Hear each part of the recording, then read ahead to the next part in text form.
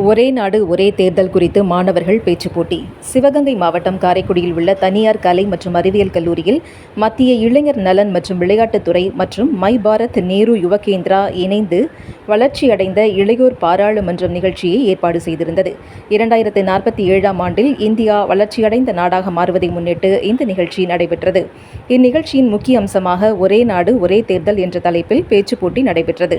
இதில் ராமநாதபுரம், சிவகங்கை மற்றும் புதுக்கோட்டை மாவட்டங்களைச் சேர்ந்த பல்வேறு கல்லூரிகளின் மாணவ மாணவிகள் கலந்து கொண்டு ஒரே நாடு ஒரே தேர்தல் நடைமுறையின் நன்மைகள், செலவின கட்டுப்பாடுகள் மற்றும் நேரம் சேமிப்பின் முக்கியத்துவம் குறித்து தங்களது கருத்துக்களை பதிவு செய்தனர்.